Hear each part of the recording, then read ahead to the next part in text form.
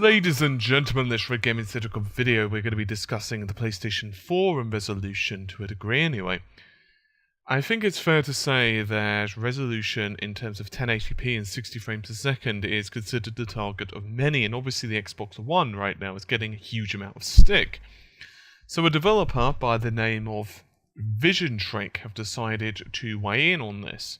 They're currently developing titles for both the PlayStation 4 and the PlayStation Vita, and it is known as Pavilion. And that, of course, is going to be released in 2014.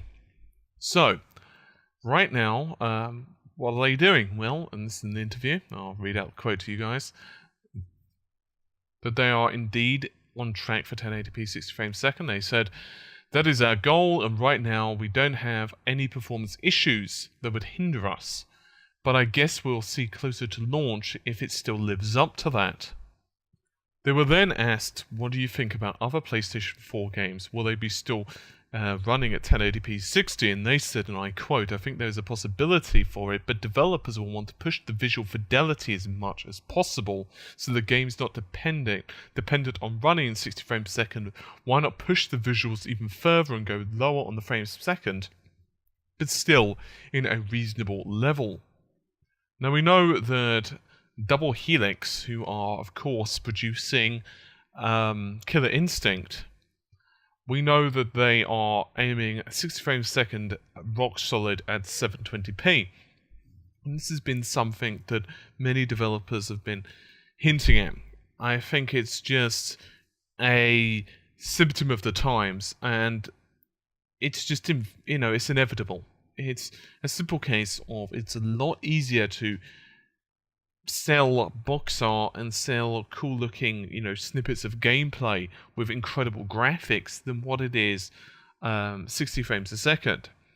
And despite the fact that, of course, developers and well-known figures in the industry, so for example John Carmack, are continuing to push for the 60 frames a second mark, the bottom line is both the PlayStation 4 and the Xbox One are fixed systems. You can't improve the GPUs, and as I said, yet another developer, these guys are weighing in, and they're pointing out that, well, yeah, people are going to start sacrificing it, and I don't think there's anything particularly astounding here. It's not like this is new. What's going to happen, of course, is the developers are going to push it as much as possible. They're going to get the best out of the hardware. The hardware is inevitably not going to be able to keep going and going and going and going. It's not an Energizer bunny. Eventually, it runs out of steam. And so what happens then, of course, the developers have to start optimizing.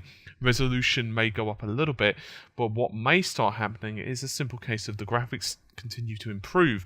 Obviously, you've got other issues such as loading times and so on that obviously will need to get better over time.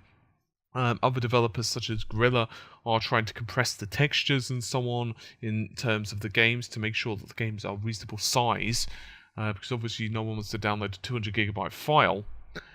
But the reality of the matter is that I think we're going to be seeing a situation where a lot of developers are going to be tempted with that rather alluring 60 frames a second dream kind of being pushed in the background for the 30 frames a second reality for their particular title, simply because it takes a hell of a lot less GPU work, and obviously even 900p compared to 1080p is a hell of a lot less GPU work.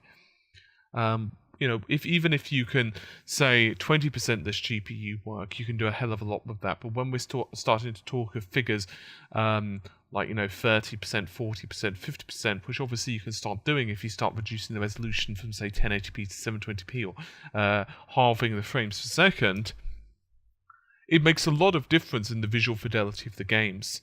And I think it's going to take a lot for developers to always worry about that. Obviously, some games, 60 frames per second equals unimportant. Like, Japanese RPGs are a pretty classic example of that.